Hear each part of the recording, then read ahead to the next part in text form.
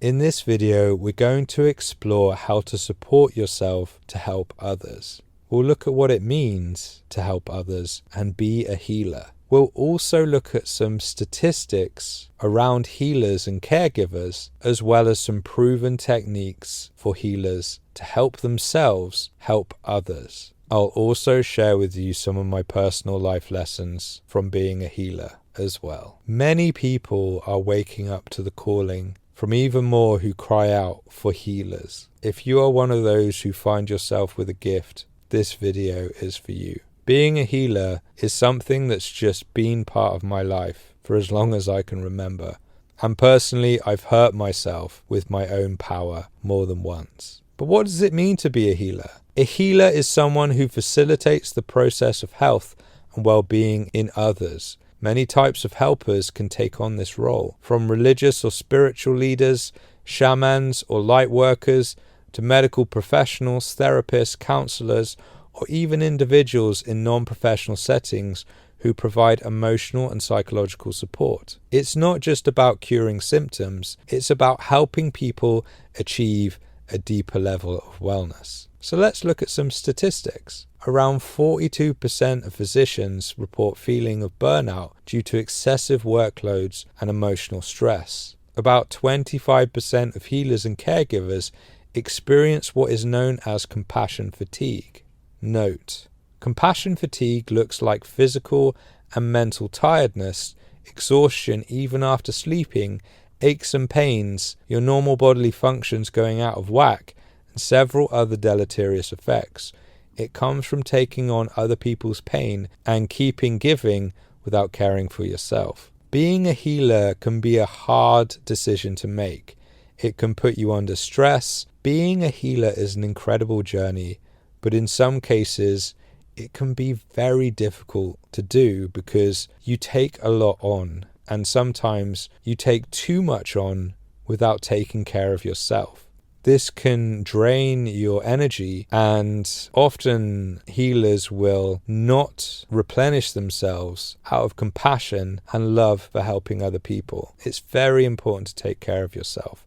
I've learned this personally over and over again because I am someone who has bypassed their own well-being to help others more times than I can remember, and it has driven me to places which are quite dangerous. So let's look at some proven techniques to help you be a better healer. First, we'll look at cognitive behavioral therapy, and then we'll look at mindfulness. Cognitive behavioral therapy techniques for healers. Self-monitoring helps healers become aware of their emotional and cognitive processes, enabling them to seek help or make adjustments before burnout. Cognitive restructuring allows healers to challenge and alter unrealistic expectations or overly critical self-assessments that may impair their effectiveness. Now, both of these techniques support us to look inwardly and support ourselves. This is crucial. It's very important to utilize the techniques you use to heal others on yourself, to stop yourself from going over the edge of burnout, plunging yourself into compassion fatigue, and also look at those unrealistic expectations. For example, one may be an internal dialogue saying, because you're a healer, you shouldn't be feeling what you're feeling, or because you're a healer, you should be fine. But the reality is, we get exhausted. We also take on other people's pain. Dealing with the emotional turmoil of others, we naturally conjure that inside ourselves just through the normal process of being with people, for example, in active listening. To understand how they feel, you will start to create the emotions within yourself. So it's really important to check in with yourself, to look at those expectations, to take the pressure off and take care of yourself. Because if you drive yourself into compassion fatigue or burnout, you cannot help other people. Mindfulness techniques for healers. Mindful self-compassion encourages healers to extend the same compassion to themselves that they offer to others, reducing stress and preventing burnout. Body scan meditation helps healers become aware of physical sensations an important step for those who are always tuned into the needs of others but may neglect themselves.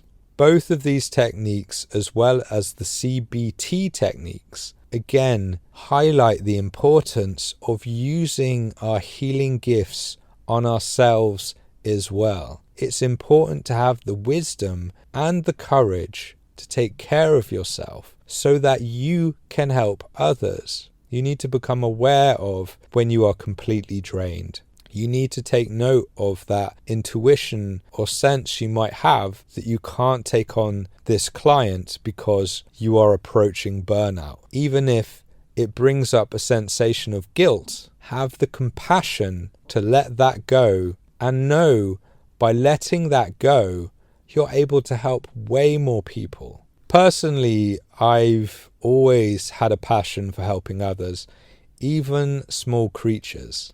I love helping everything. I have so much love for life and all forms of life. Along with my journey to become a healer, I've also struggled. I've gone through pitfalls. I've made mistakes and I've hurt myself within that journey. Along with those challenges, I've had many breakthroughs and been blessed with incredible lessons. Here are 5 of those lessons. I hope they help you.